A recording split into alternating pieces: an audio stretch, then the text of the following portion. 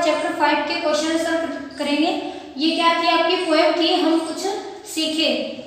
तो ये क्या है, इसके क्वेश्चन आंसर देखो। पहला है सूरज और हवा हमें क्या देते हैं। तो आपकी पोएम में बताया हुआ था कि सूरज हमें रोशनी और हवा हमें नया जीवन देती है। अगर हवा चलते तो ही हमें सांस मिलता है ना, सांस लेते हैं हम, आसानी से सांस ले सकते हैं। तो क्या है, नया जीवन देती है। धरती पर खेती क्यों होती है। धरती पर खेती करने से हमें भोजन प्राप्त होता है। हम जब धरती पे खेती करते हैं तो क्या है, हम खाने के लिए कुछ चीजें भी बोते हैं उसके अंदर, और क्या है फिर वो हमें भोजन देती है। आगे है प्रकृति हमें क्या सीख देती है। प्रकृति हमें परोपकारी बनने की सीख देती है। परोपकारी यानी भलाई करने वाली। अब प्रकृति अब खुद के लिए नहीं करके हमें सब कुछ देती है, हवा पानी भोजन सब देती है, कपड़ा देती है। तो ये क्या है, प्रकृति देती है, तो हमें भी इसी की तरह परोपकारी बनना चाहिए। कवि ने तरुओं को त्यागी क्यों कहा है। तरु यानी पेड़ों को त्यागी क्यों कहा है। कवि ने तरुओं को त्यागी इसलिए कहा है क्योंकि वो अपना स्वार्थ न देखकर दूसरों को छाया फल फूल लकड़ी और ऑक्सीजन देते हैं, और भी देते हैं, रबड़ वगैरह भी बहुत होते हैं, पर क्या है ये मेन क्या है, फल फूल छाया कपड़े सब देते हैं ना, तो इसलिए उनको त्यागी कहा है। क्योंकि ये जो पेड़ होते हैं ये क्या है, अपना स्वार्थ नहीं देखते, अपने लिए कुछ नहीं करते, सब दूसरों के लिए त्याग देते हैं। अगला है हम ज्ञान का उजाला कैसे फैला सकते हैं। तो कैसे फैला सकते हैं ज्ञान, तो अनपढ़ लोगों को शिक्षित करके हम ज्ञान का उजाला फैला सकते हैं। जो अनपढ़ लोग हैं उन्हें शिक्षित करके क्या है, चारों तरफ ज्ञानी लोग हो जाएंगे। अब आगे क्वेश्चन देखो। अगला है हमारे देश के प्रति हमारा क्या कर्तव्य है। तो क्या है, हमारे देश के प्रति हमारा कर्तव्य है कि सब मिलकर, हम सब क्या है मिलकर धरती पर ज्ञान का उजाला फैलाएं और देश को आगे बढ़ाएं। ये हमारा क्या है, देश के प्रति कर्तव्य है। अब आपके क्वेश्चन कंप्लीट हो गए। अब अगला दूसरा है कविता की छुट्टी पंक्तियां लिखिए। जो छुट्टी हुई है वो पंक्तियां हमें लिखनी है। तो देखो, सूरज हमें रोशनी देता, ये मैंने आपको पोएम करवाई थी, जिससे आगे करना है सूरज हमें रोशनी देता, हवा नया जीवन देती है। ऐसे ही भूख मिटाने को हम सबकी धरती पर होती खेती है। ये और ये आपको खुद से फिल करने हैं। इनके बीच में जो पंक्तियां छुट्टी है वो बुक में फिल कर लेना है। इसको पोएम मैंने आपको पढ़ा दिए हैं। अब आगे देखो, पहले ये देखो कि संज्ञा या सर्वनाम की विशेषता बताने वाले शब्द विशेषण कहलाते हैं। विशेषण कौन कहलाते हैं, या तो संज्ञा हो, किसी का नाम हो, संज्ञा आपको बताया हुआ है कि किसी व्यक्ति का, किसी जाति का, किसी स्थान का कोई भी नाम हो, और सर्वनाम उसका नाम न लेके उसके लिए उसका इसका यह वह ऐसा बोला जाए तो उनकी विशेषता बताए, तो उसे क्या बोलेंगे, विशेषण कहा जाता है। अब देखो, जिनकी विशेषता बताई जाती है वे विशेष्य कहलाते हैं।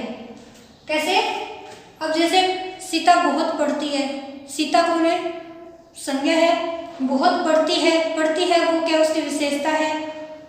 अब जो विशेषता बता दी उसकी, अब वो खुद है वो क्या है, किसकी विशेषता बताइए, सीता की, तो सीता क्या है, विशेष्य है। ठीक है, ऐसे ही हम इसमें देखेंगे विशेषण और विशेष्य अलग अलग करने हैं, इसमें किसकी विशेषता बताई है, तो विशेष्य कौन है और विशेषण कौन है। देखो, प्यासी, तो प्यासी किसके लिए बोला गया था, मिट्टी के लिए, धरती के लिए। तो क्या है, मिट्टी है वो क्या है, प्यासी है, इसकी विशेषता है, जो उसको क्या बोलेंगे, विशेषण। तो प्यासी मिट्टी, इससे मिलान करना इसका। त्यागी कौन होते हैं, तरु पेड़ होते हैं, तो पेड़ होते हैं वो क्या होते हैं, त्यागी होते हैं, तो उसकी विशेषता है। और ये जो त्यागी है वो कौन है, ये क्या है, विशेष्य।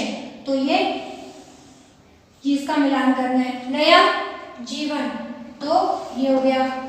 जलती दोपहर, ये हो गया। और अनपढ़ बच्चा, किसको शिक्षित करना है, जो लोग हैं उनको शिक्षित करना है ना, तो क्या है, अनपढ़ बच्चा। ये अपनी बुक में मिलान कर लेना, इसको लर्न कर लेना अच्छे से कि संज्ञा और सर्वनाम कौन से हैं और विशेष्य किसको कहते हैं, विशेषण किसको कहते हैं। आगे देखो, तीसरा क्वेश्चन है इन शब्दों के सही समानार्थी शब्दों पर गोला लगाइए।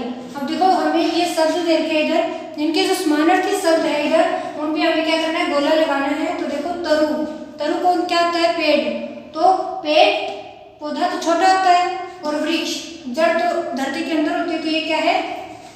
पेड़ और वृक्ष। ये क्या है? इसके सही है, समानार्थी शब्द है इसके तरु के। उजाला तो दिन, ये तो नहीं होता, रोशनी और प्रकाश, तो ये क्या इसके समानार्थी शब्द है। ऐसे ही पथिक, ये क्या है? राही और मुसाफिर, ये इसके समानार्थी शब्द है।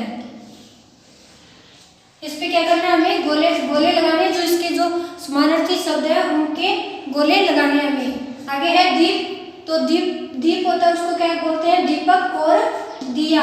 बातें तो उसके अंदर लगाई जाती है, जो जिसको जलाते हैं हम, और ये लो होती है, वो ही होती है जो जलती है, तो ये क्या है? दीप, दीपक और दिया। खुशबू, दुर्गंध, महक, बास, सुगंध, तो खुशबू का क्या आएगा? खुशबू होती है, वो क्या होती है? महक, अच्छी खुशबू होती है, उसके लिए बोलती है खुशबू, तो क्या है? महक और सुगंध। ये इसके क्या है? समानार्थी शब्द है। अपनी बुक में इनको फिल कर लेना, इन पे गोले लगा लेना।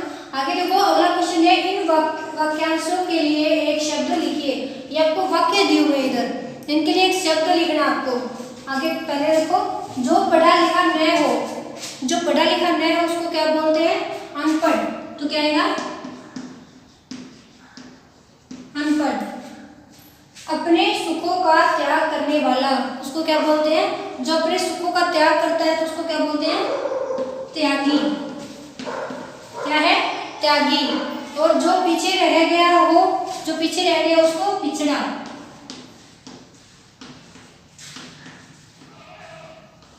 अब देखो ये क्या है?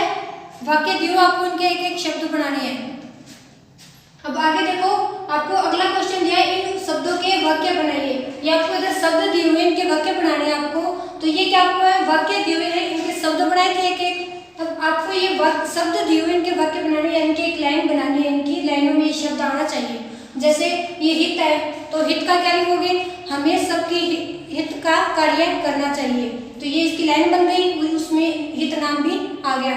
ऐसे ही माया, पिछड़ा, वाणी, उजाला, ये क्या है? आपको खुद से करने हैं, अपनी बुक में देख के और लाइन बनानी है, तो ये खुद से कर लेना। आगे छोटे क्वेश्चन, ऑप्शनल क्वेश्चन है, वो भी अपने खुद से कर लेना, बुक में निशान लगाने, वो आपको लेसन पढ़ाया हुआ उससे आ जाएंगे। जितना करवा दिया उसकी अच्छे से उसको याद कर लेना और नोटबुक में लिख लेना।